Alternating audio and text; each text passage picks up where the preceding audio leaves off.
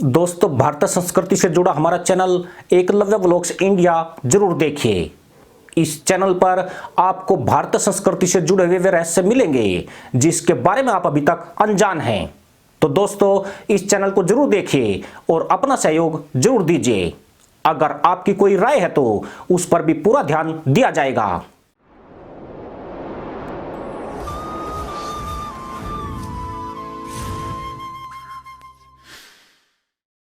OIC की बैठक में जिस तरह चीन और पाकिस्तान ने कश्मीर पर सुर में सुर मिलाया, उसमें कुछ भी अप्रत्याशित नहीं है।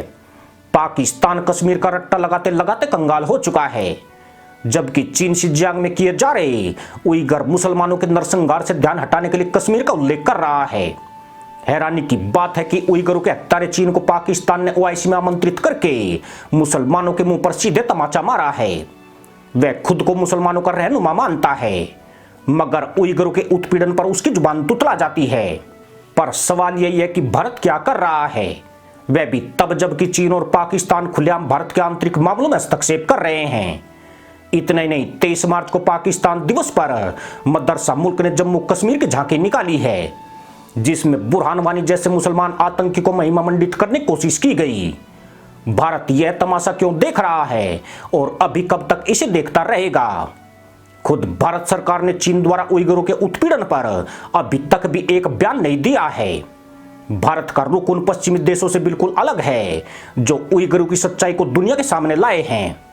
यानी चीन से हजारों किलोमीटर दूर बसे यह देश ड्रैगन की पूरी पोल खोल रहे हैं और पड़ोसी देश मिट्टी का माधो बना हुआ है, जबकि चीन खुलकर भारत के आंतरिक मामलों में दखल देने से बाज नहीं आ रहा है।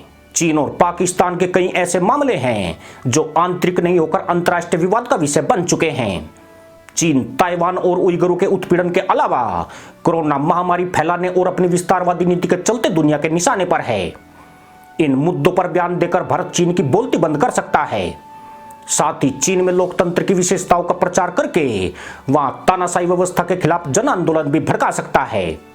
भारत ऐसा करने में इसलिए भी सक्षम है क्योंकि ड्रैगन की घेराबंदी में उसे पश्चिम का भारी समर्थन संभावित है।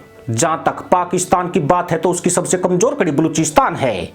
इस प्रांत में आजादी का बिगुल बज चुका है और भारत का समर्थन यहां बड़ा फेरबदल कर सकता है। 1947 से पहले कश्मीर की तरह बलूचिस्तान भी एक आजाद रियासत थी, जिसे पाकिस्तान ने धोखे से गुलाम बना लिया।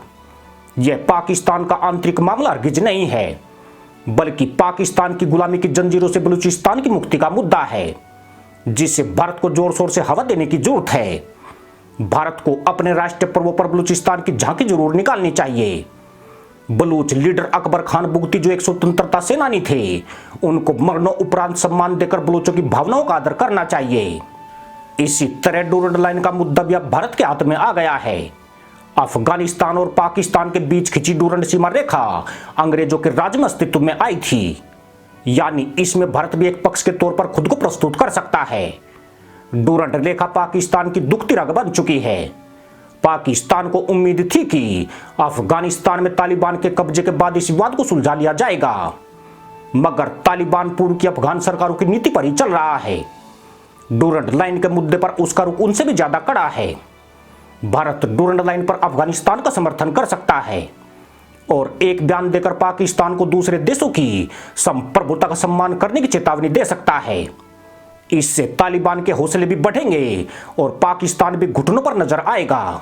यह भी गौरतलब है कि अगर तालिबान और पाकिस्तान के बीच डूरंड लाइन पर कोई सहमति बनी तो वह भारत के लिए खतरनाक साबित होगा। इसी मुद्दे पर इन दोनों आतंकियों के रिश्तों में खटास है। पाकिस्तान तालिबान को गृह युद्ध या अपनी सेना का डर दिखाकर इस विवाद को हल करने की कोशिश में है। भारत अफगानी जनता और तालिबान के हौसलों की अफजाई करके पाकिस्तान की इस रणनीति को नाकाम कर सकता है। ऐसा करने से भारत को दो बड़े फायदे मिलेंगे। पहला यही कि अफगानिस्तान में उसकी पहुंच आसान हो जाएगी। दूसरा यह कि इस पहुंच के हो जाने से वह बलूचिस्तान से सीधे जुड़ जाएगा। यानी भारत का एक कदम पाकिस्तान को एक साथ दो मोर्चों पर घुटनों पर लाएगा। बार बार कश्मीर पर तहमत फाड़ने वाले पाकिस्तान को इन मुद्दों से उसी के घर में घेरा जा सकेगा। वैसे भी युद्ध में चतुर सेनापति वही होता है जो युद्ध को दुश्मन की धरती पर जाकर लड़ता है। भारत अभी तक पाकिस्तान के प्रहार कश्मीर पर झेल रहा है, पर अब इन प्रहारों को पाकिस्तान के भीतर डाइवर्ट करने की जरूरत है। पाकिस्तान मुद्दों वाला मुल्क है या भारत के लिए मुद्दों की कोई कमी नहीं है। अगर कमी है तो हौसलों और रणनीति की, जिसको भारत को अब अपनाने की जरूरत है। इसी के साथ अनुमति दोस्तों, जय जवान, जय किसान, जय हिंद, वंदे मातरम।